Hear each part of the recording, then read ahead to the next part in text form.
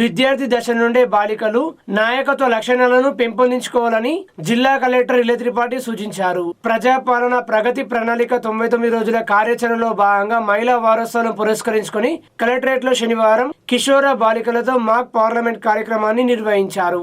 ఈ కార్యక్రమానికి కలెక్టర్ ముఖ్య అతిథిగా విచ్చేయగా అదనపు డీసీబీ శుభం నాగరాలే వివిధ శాఖల జిల్లాధికారులు పాల్గొన్నారు. జిల్లా వ్యాప్తంగా ఆయా ప్రభుత్వ పాఠశాలలు కళాశాలలకు చెందిన బాలికలు స్పీకర్, డిప్యూటీ స్పీకర్, ముఖ్యమంత్రి, మంత్రులు, శాసనసభ్యులు, ప్రతిపక్ష సభ్యుల పాత్రను పోషిస్తూ సభా కార్యక్రమాలు విజయవంతంగా నిర్వహించడం ద్వారా చట్టసభలలో జరిగే సమావేశాల తీరును కళ్లకు కట్టినట్లు ఆవిష్కరింపజేశారు. మహిళా సాధికారత, బాలికల విద్య, ఆరోగ్యం, భద్రత, ఉపాధి అవకాశాలు, సమాజ అభివృద్ధిపై తదితర అంశాలపై ఎమ్మెల్యేలుగా వివరించిన వారు ప్రశ్నలు లేవనెత్తగా సంబంధిత శాఖల మంత్రులు పాత్రను పోషించిన బాలికలు సమాధానం తెలుపుతూ మహిళలు, బాలికల అభ్యున్నతి కోసం ప్రభుత్వం అమలు చేస్తున్న కార్యక్రమాల గురించి వివరించారు.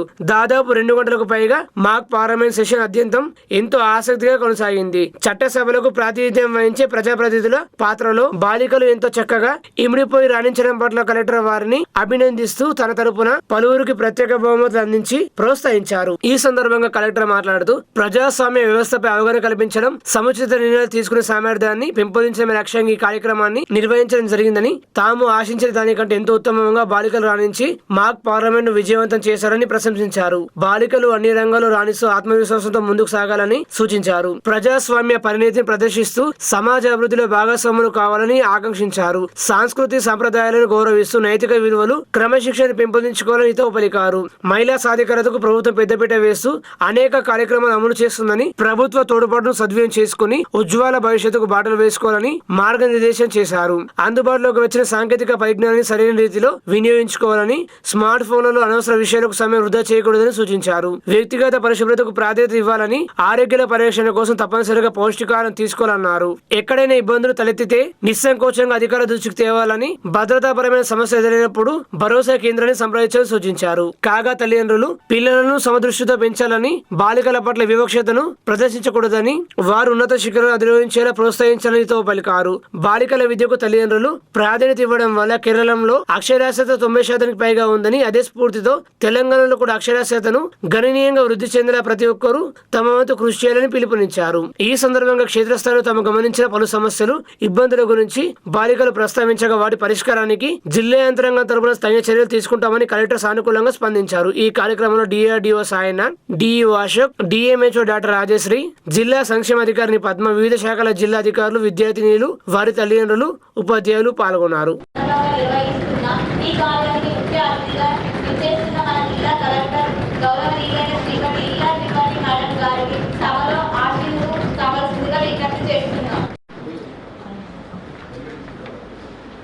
ధన్యవాదాలు. అన్ని ఏర్పాట్లు చేసుకోవాలి అవసరమా?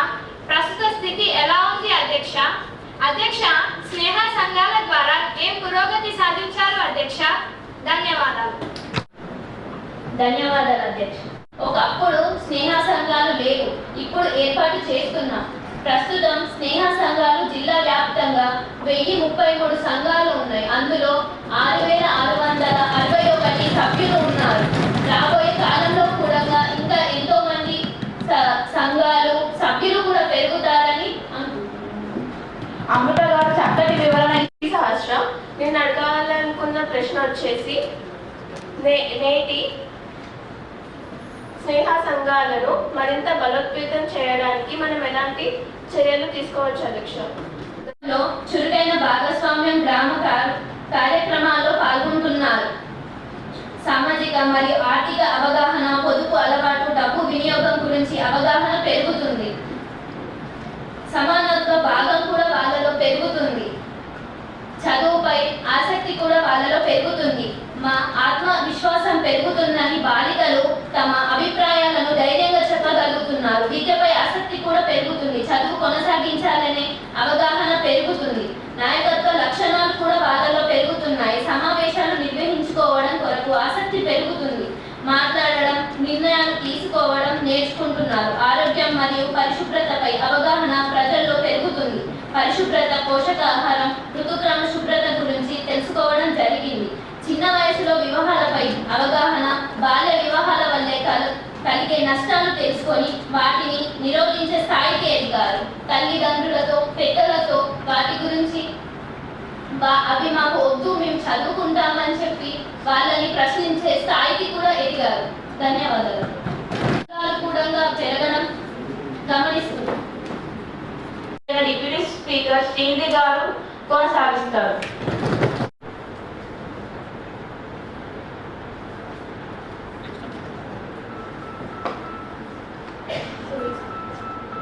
వాష్ నీరు పరిశుద్ధం మరియు పరిశుభ్రత మరియు ఆరోగ్యం.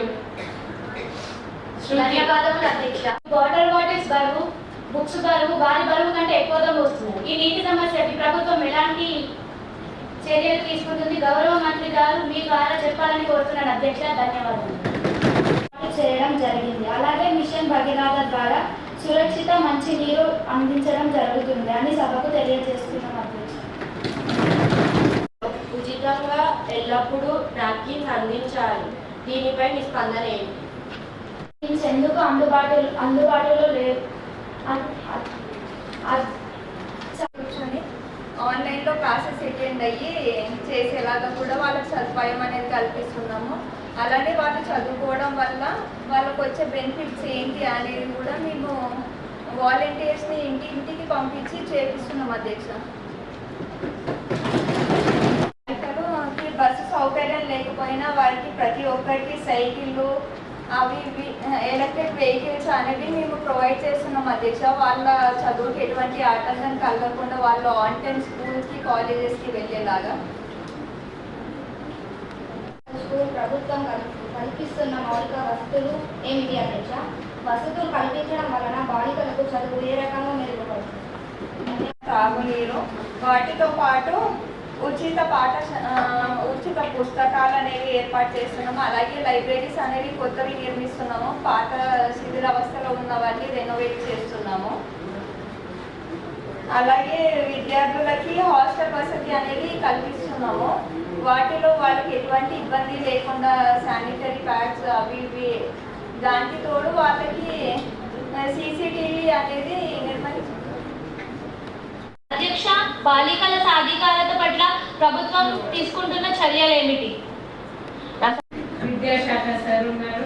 Okay, so first of all మీరు ఒక అసెంబ్లీ, ఒక విధానసభ లాగా నిర్వహించినందుకు స్పీకర్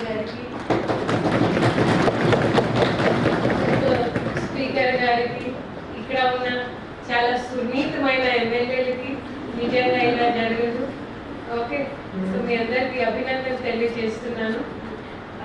ఫస్ట్ ఆఫ్ ఆల్ మీరు చెప్పిన ఇష్యూస్లో మాతో పాటు అడిషనల్ సిపి సార్ ఉన్నారు, DRDO సార్ ఉన్నారు. 11 సంవత్సరాల నుండి 18 సంవత్సరాల లోపు అంటే టీనేజ్ వారికి రక్షణ హక్కు మరియు విద్యా హక్కు, ఆరోగ్య హక్కు కల్పించమైనది అధ్యక్ష. మంచి జవాబులు ఇచ్చారు. ఆత్మస్థైర్యము, అలాగే సెల్ఫ్ డిఫెన్స్, అమ్మాయిలకు ఒక ఫెమినిజం, వాళ్ళ పట్ల ఉన్న హక్కులను తెలుసుకోవడం అధ్యక్ష. సాధికారత వల్ల చాలా ఉపయోగాలు ఉన్నాయి అధ్యక్ష. ఆ సాధికారతను తెలియజేసే భాగంలోని సంఘాలలో వారికి చర్యలు చేపడుతున్నాం అధ్యక్ష. ప్రతి మంగళవారం, శుక్రవారం దానిపైన మేము పనిచేస్తున్నాం అధ్యక్ష. ధన్యవాదాలు. టోల్ ఫ్రీ నంబర్ 122 ఏర్పాటు చేయడం అయినది అధ్యక్ష. ఫస్ట్ మీకు ఉన్న రాకపోకలు, బస్సు కానివ్వండి, ఆటోలు కానివ్వండి, దాని గురించి ఉన్న సమస్యలు, తర్వాత అక్కడ వెళ్ళేటప్పుడు వచ్చేటప్పుడు చీకటిలో కానీ అక్కడ ఉన్న భద్రతలో ఉన్న సమస్యలు, అండ్ మోస్ట్ ఇంపార్టెంట్గా మీరు చెప్పిన విషయం ఏంటంటే టాయిలెట్స్. నిజంగా నేను ఫస్ట్ టాయిలెట్స్ విషయానికి వస్తాను. టాయిలెట్స్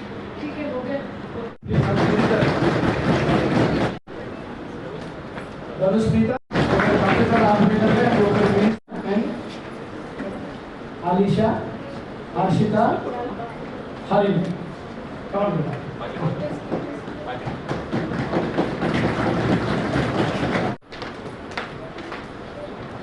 సిబ్బంది అందరికీ, DRDO సిబ్బంది అందరికీ ద్వారా ధన్యవాదాలు తెలియజేసుకుంటున్నాం. బాగా చేశారు, చెప్పండి అమ్మా. సో అలాగే మినిస్టర్స్ యాక్ట్ చేసిన వారు కూడా ఉన్నాయి.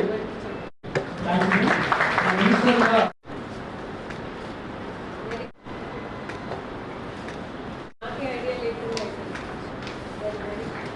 మినిస్టర్ ఆర్డి మినిస్టర్ అసెంబ్లీ గారు,